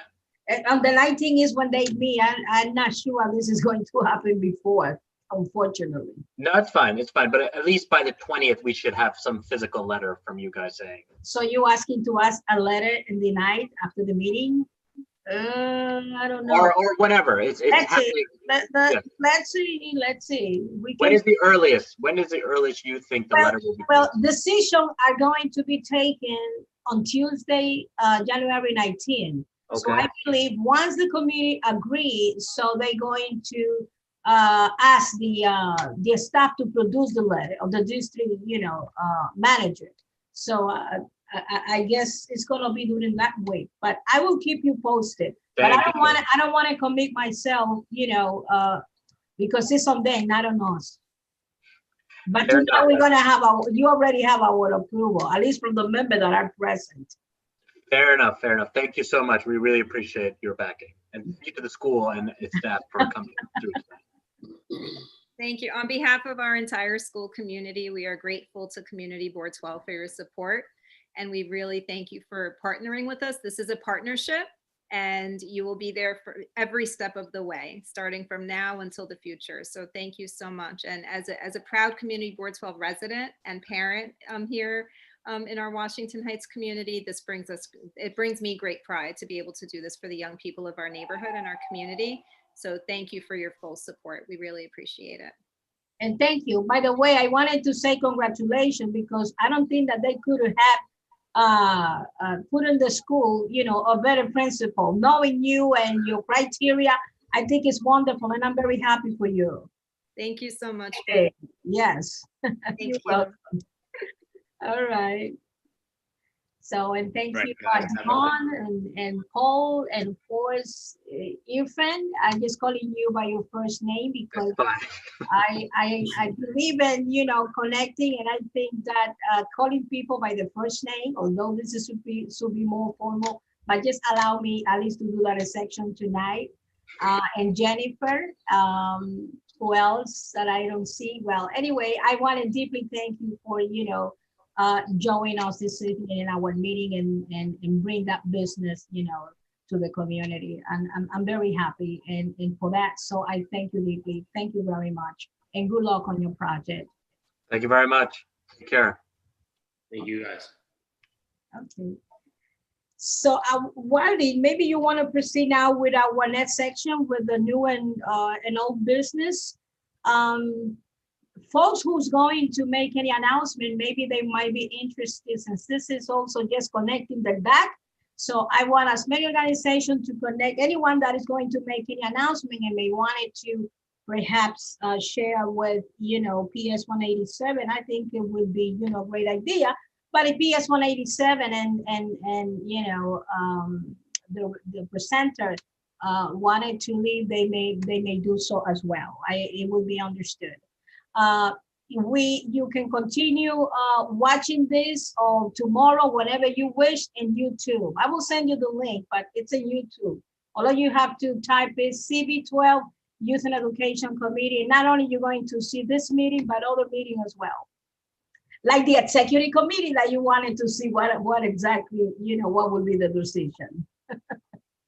Yes. So, okay, well, they just, maybe you want to proceed with a new announcement? Yes. Yeah. Does anybody have a new business? You have a flyer that. I do. I was gonna share. I was gonna speak to that right now. Just pulling it up. But I was just gonna offer other folks if anybody wants to. I think Maria want to say something. Yes, yes. I want to say that congratulate to Waldis in running a really nice meeting tonight. My other thing, Faye, is you have been very active trying to unite the young people in our community with the police, with everybody within our community Ward 12 by having an event at the George Washington High School for many years. It is unfortunate that due to the situation that we have now, it's going to take some time for us to organize something similar. Usually you do it in May and then it happens to be moved to September and so on. Because while it says also my concern about the young people in our communities, and I'm not talking about just our community, but across the nation, my concern is what they are seeing right now on television, what they're seeing happening in Washington, D.C.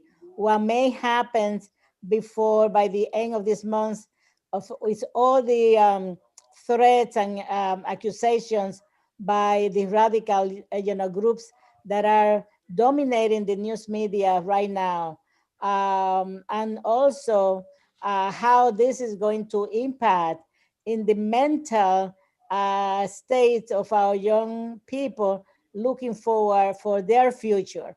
It has been atrocious for me to see what is happening, but I don't know how we're going to be able to really contact and to make sure that the young people, the future leaders of our country, do not follow what they have seen or what they have watched on television. I think that it's time for us to start talking, having a communication, having a dialogue.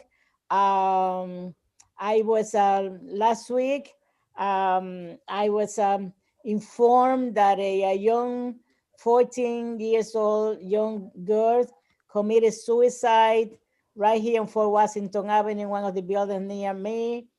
We don't know the whole situation, but the stress of our young people is something that is really impacting in, and my concern as a community resident and a leader in this community. I don't know how everybody else feels about, but it is unfortunate what is happening. How we're going to be able to maintain our sanity and looking at what's happening to our nation, a country that have opened the doors to so many, and seeing the disparity on treatment that it happens when groups from different ethnicities have protested, and the way they have handled their protest, peaceful protest, and now we see something like this happening right in our faces. I am extremely disturbed. I had to vent to all of you because I think that the mental health of our young people is really under attack by seeing what is happening in our country. So I just, they want to end on the negative, but it's really disturbing. It's really disturbing what is happening right now in our country. Well, I appreciate definitely, Maria, that you have brought up that important, conversation, because in reality, it's a nightmare what we are, experiencing. We just only can remain hope that things, hopefully get better after, the end of this month or starting next month. Let's hope for that, or after the new administration steps in. So I hope they have a peaceful transition. But I think that although we had not been so vocal in terms of having our annual event, I've been doing some work, which very soon probably I'm going to be sharing with the community. But I'm open to also suggestion in terms of how we're going to approach young people and the community at large. So how we can work it out, some ideas, and expose the situation in which we might be, and the role that we as a society, we can hopefully, bring some positive, conversation and initiative in our community. So our community is being dedicated, basically to keep the community informed, advocating for what we think is right, for our community, especially in our case, for our youth.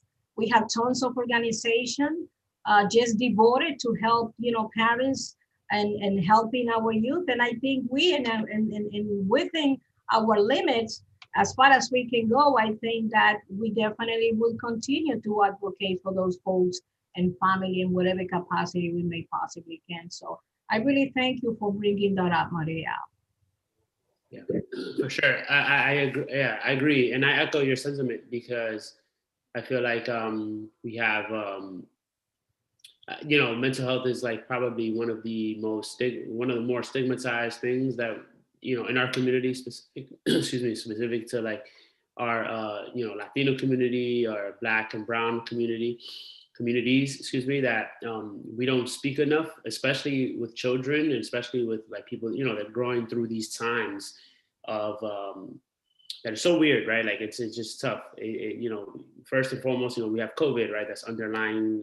We see people now. It's the normal is to wear masks, right? Where something that we weren't accustomed to seeing, and now this is the new normal for now, at least I hope. And so that from that to all the way to, as you mentioned, the political climate that we're in and the uncertainty, it just invokes anxiety. It invokes uncertainty. People like to feel like they have some type of control. And it's hard to feel that right now because it feels like it's all been kind of taken away from us for the most part.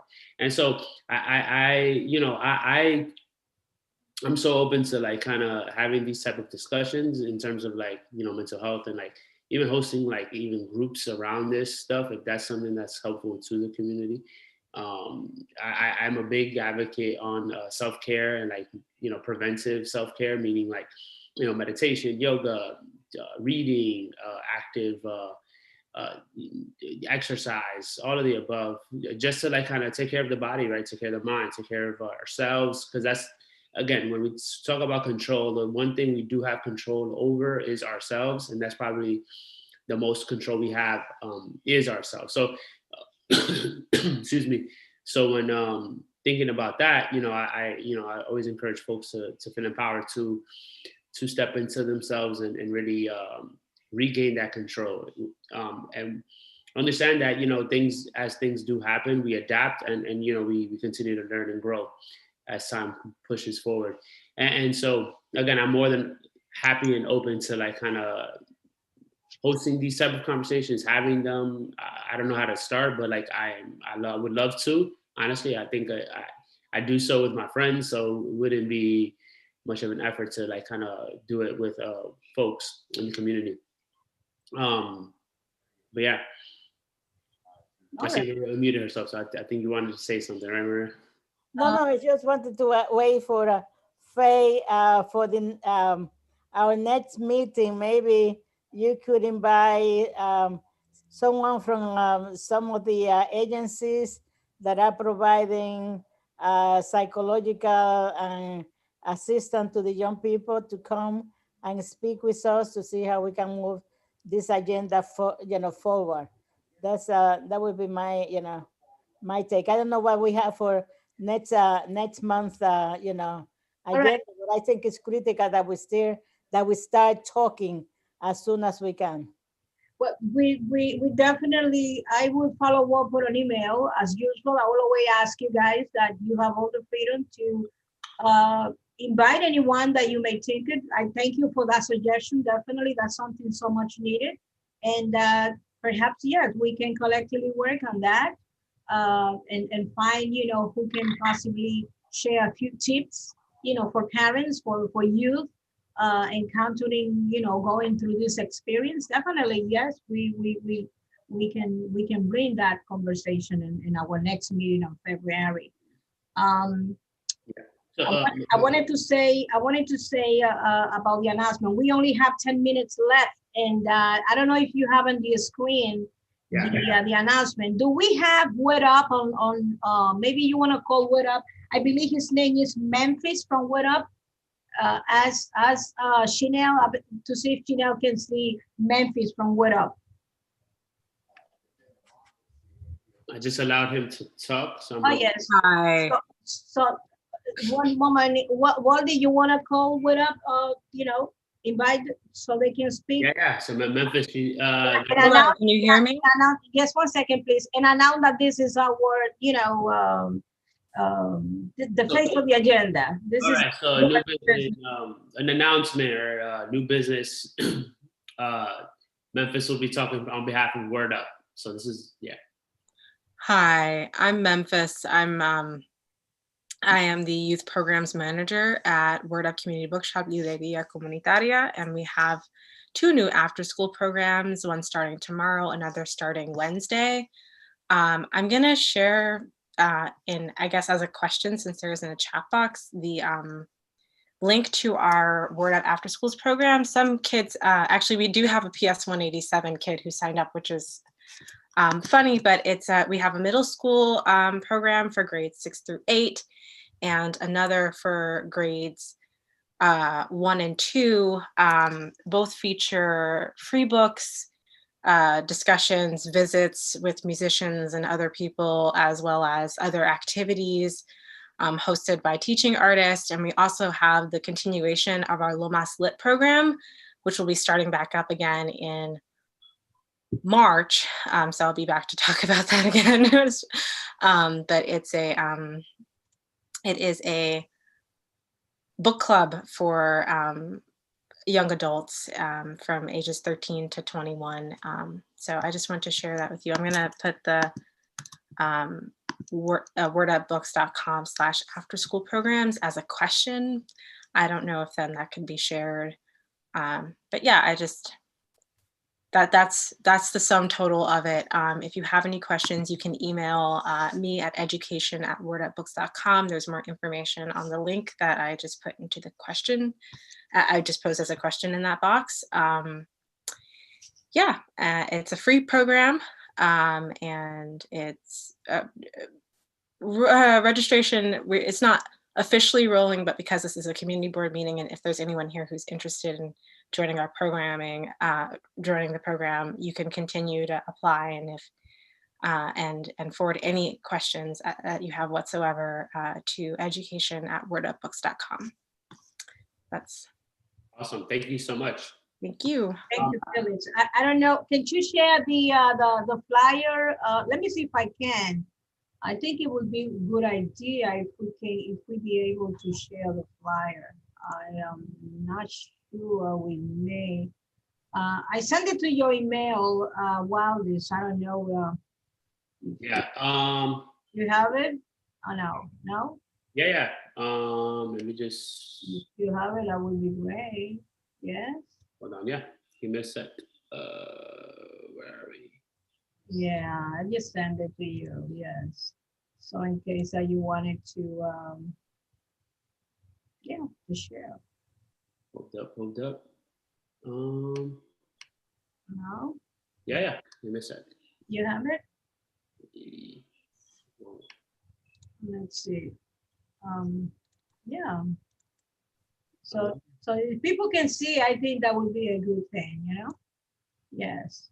I think so, yes. Okay. Memphis, just bear with us. What we're trying to do is just actually bring the flyer, to the screen so people can really see it. Yes, I understand. Thank you, Faye. Yeah, you're welcome there. Yes, let's see if I can, let's see who can do it first. Yeah, I'm trying right now. Let's see. Okay, let's see. Here it is. Oh my gosh. Yeah. I have to. It's too, okay. It's making me quit Zoom for me to be able to start it. Let's see. Interesting. Let's see. It's about to load, Faye. Okay. Wonderful. Can you see it? Yeah. Just gotta scroll down a bit.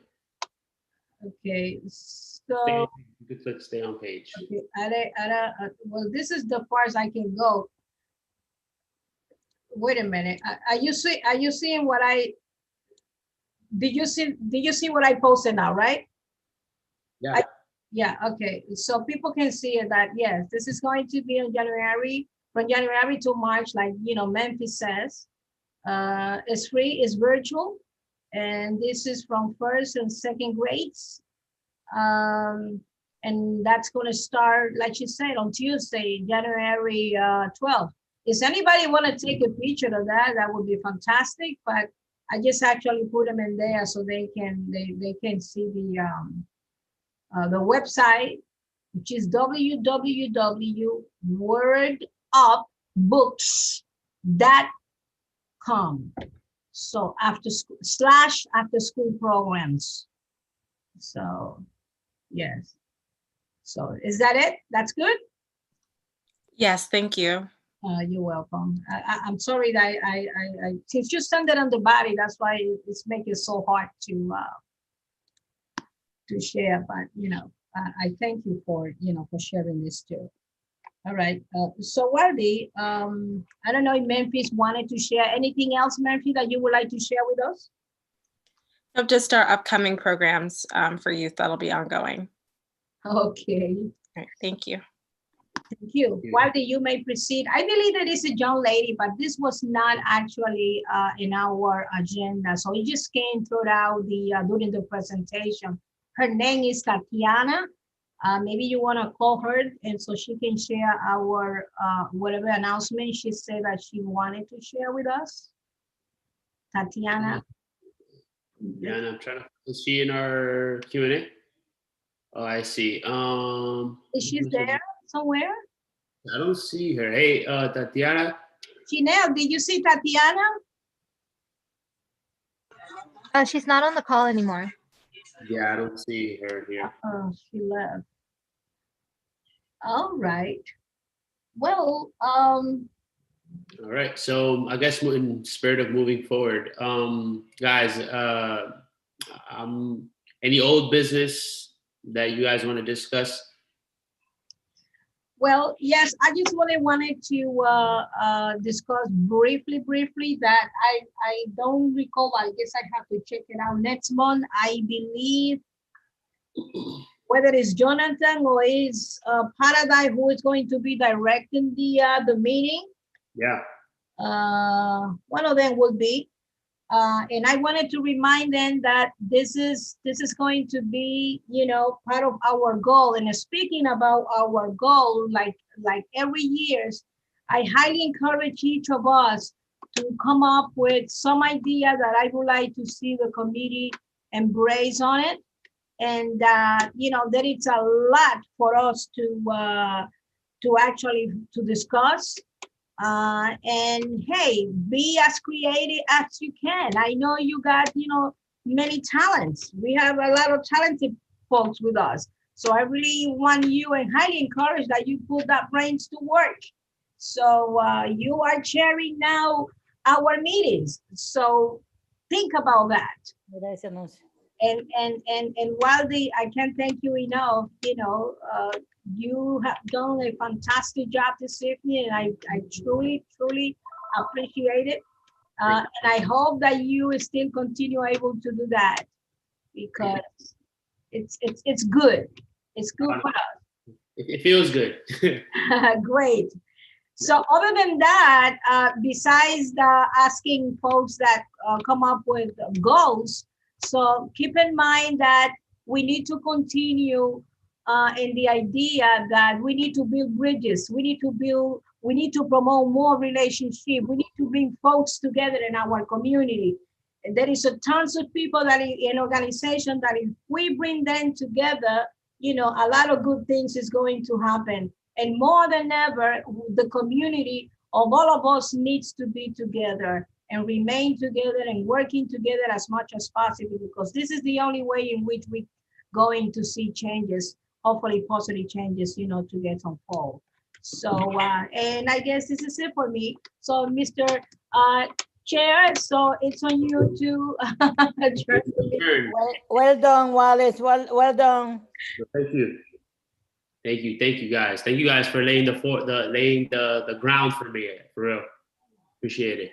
So yeah, motion to adjourn. So move. Second. Wonderful. Okay. Glenny seconded. All right. Bye, everybody. All right, great, guys. Adjourned at 9:01. Have a great one, guys. Thank you. Good night, everyone. Thank you, Maria. Thank you, everyone. Thank you. All right, we will be in touch.